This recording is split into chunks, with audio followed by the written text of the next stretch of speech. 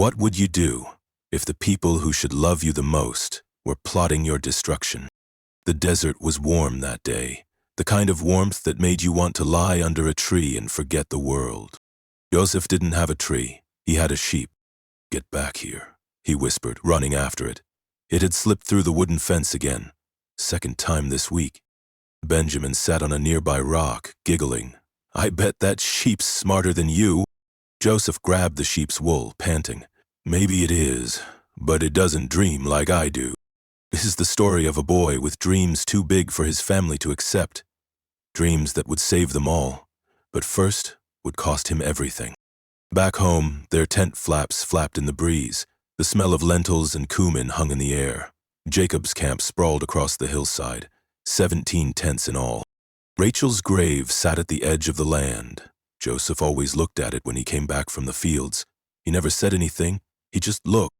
Leah, his father's first wife, stirred a pot over the fire. "Joseph, take this water to your father," she called. My son," Jacob smiled when Joseph arrived. "My favorite son." Though everyone knew Jacob favored him, it still made Joseph uncomfortable when his father said it aloud. That evening, as the family gathered to eat, Reuben came back with a black eye. "Got in a fight," he said, dropping onto his mat. "Again," Leah groaned, passing him bread. "He tried to cheat me on barley. Said it wasn't a fair weight." Judah laughed. "You probably can't count." Joseph stood quietly. He always did when the older ones got like this. He was 17 now, not a child, but not yet trusted as a man. Jacob came out, holding a scroll. "Joseph," he said, "come help me with this." And the others watched, always watching. Their eyes followed Joseph as he rose to follow his father into the tent. Outside, Judah spoke low to Simeon. "Always him, never us."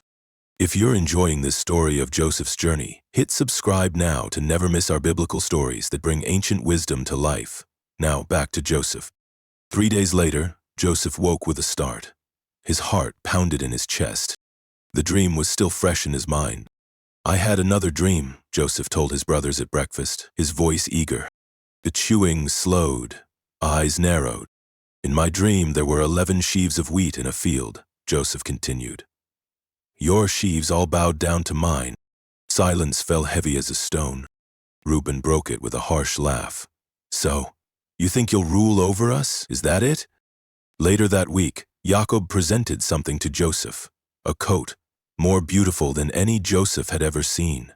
Colors woven through it like a sunset. "For me?" Joseph asked, fingers tracing the fine stitching. "For you," Jacob smiled. "My special son." Outside the tent, Simeon overheard. He found Reuben watering the animals. "Father gave him a coat," Simeon spat. "Colors that a prince would wear." Reuben's face darkened. "While we wear shepherd's rags." Joseph wore the coat the next day, and the next. He couldn't see how it burned in his brother's eyes. The summer heat baked the hills of Canaan. The brothers had been gone nearly 3 weeks with the flocks. Jacob paced outside his tent. They should have sent word by now. Joseph sat nearby. "I'm sure they're fine, Father." Jacob stopped pacing.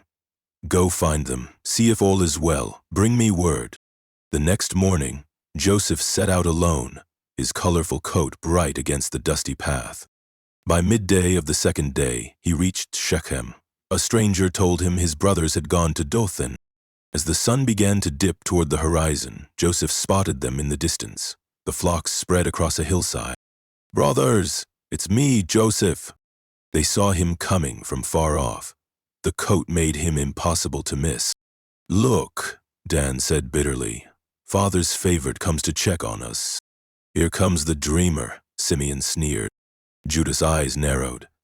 "I'm thinking it's time we did something about Joseph's dreams." Joseph approached, smiling. He didn't see their faces change, didn't notice how they spread out surrounding him. "Brothers, Father sent me to." Simeon grabbed him first. Rough hands seized Joseph's arms. "What are you doing?" Joseph cried out. "Take off that coat," Judah ordered. They stripped the beautiful coat from him. "Please," Joseph begged. "Brothers, please." They dragged Joseph to an old water pit and pushed him in. As night deepened, A caravan approached. Merchants, heading to Egypt. Judah stood suddenly. "I have an idea." He looked at his brothers. "Let's sell him to these Ishmaelites. We'll profit from it, and our hands will be clean of his blood." The caravan leader assessed Joseph like he was examining a goat at market. 25 pieces of silver, the merchant said finally. Coins exchanged hands. Chains replaced them on Joseph's wrists. As the caravan pulled away, Joseph looked back at his brothers one last time. The betrayal in his eyes burned hotter than any desert sun.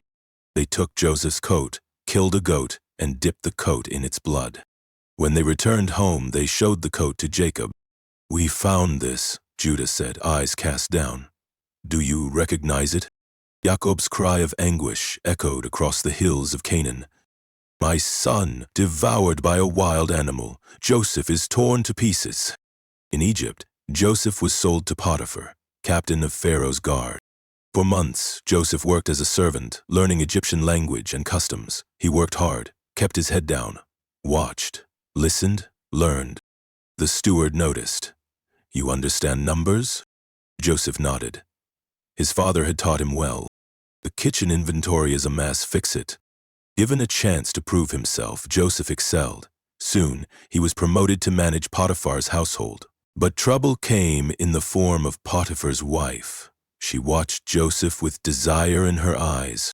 "Come to me," she commanded one day, reaching for him. Joseph backed away. "My master has entrusted everything to my care. How could I do such a wicked thing and sin against God?" Her face contorted with rage. She grabbed his cloak as he turned to leave. Joseph pulled away so forcefully that his cloak tore, remaining in her hand as he fled. Her screams brought the household running. "Help! The Hebrew tried to rape me. Look, he left his cloak behind when I screamed." Though Potiphar might have suspected the truth, Joseph was thrown into the king's prison. Even there, Joseph's integrity and intelligence shone. The warden put him in charge of other prisoners. One night, new prisoners arrived, Pharaoh's chief cupbearer and chief baker. Both had troubling dreams. Joseph interpreted them.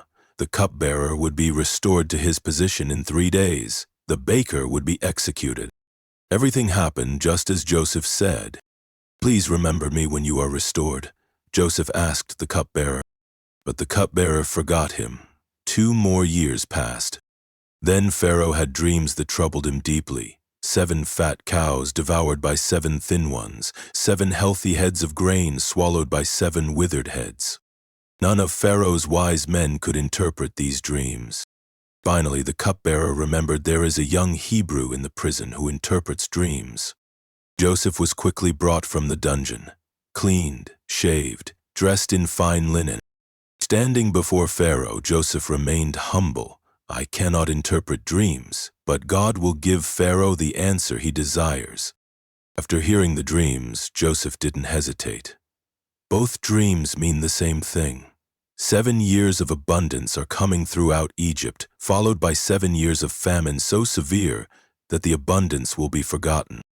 Then Joseph suggested a plan: store 1/5 of all produce during the good years. Impressed, Pharaoh turned to his officials. "Can we find anyone like this man, one in whom is the Spirit of God?"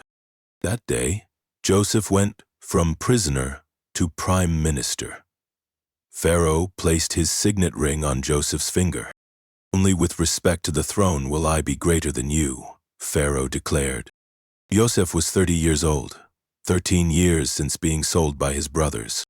During the 7 years of abundance, Joseph oversaw the collection of grain. He married an Egyptian woman named Asenath and had 2 sons, Manasseh and Ephraim.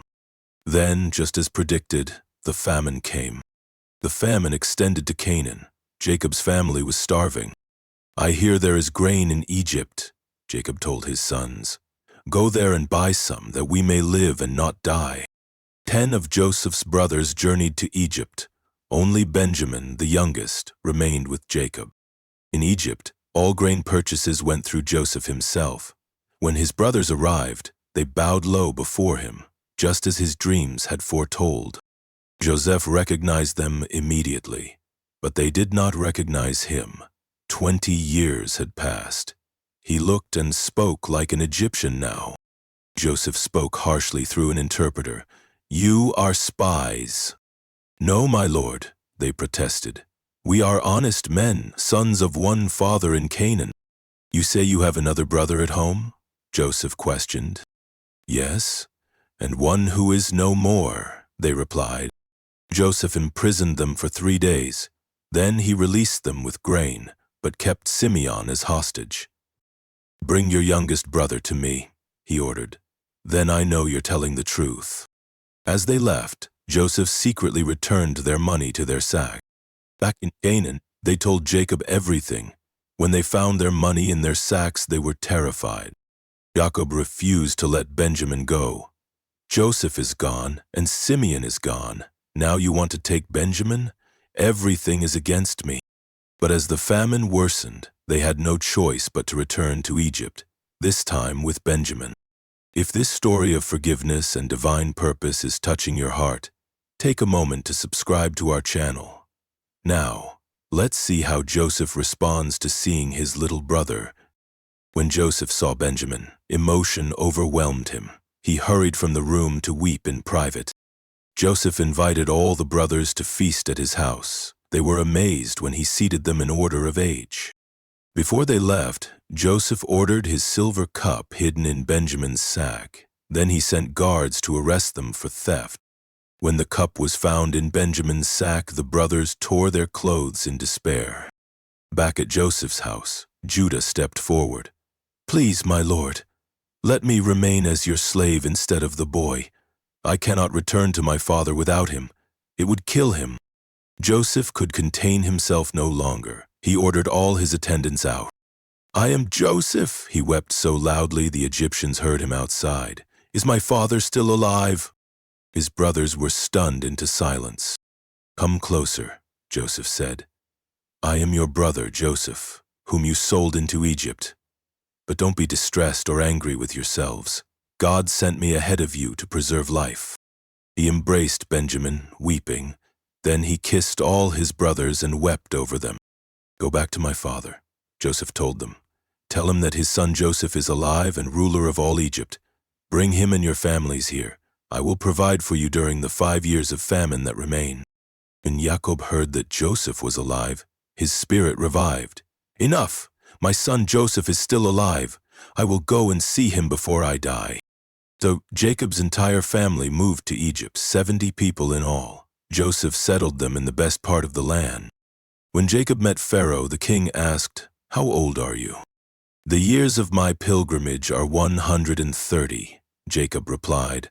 "Few and difficult have been the years of my life." Jacob lived in Egypt 17 more years. Before he died, he blessed Joseph's sons and adopted them as his own. Joseph lived to see his great-grandchildren. On his deathbed, he told his brothers, "I am about to die, but God will surely come to your aid and take you up out of this land to the land he promised." Joseph's story teaches us that even in our darkest moments, God's plan is unfolding. What others intend for evil, God can use for good. From shepherd boy to slave to prisoner to prime minister, Joseph's life reminds us that no pit is so deep that God cannot reach us, and no detour is so long that it can't lead us to our destiny. If this story touched your heart, subscribe now for more powerful biblical narratives that bring ancient wisdom to life.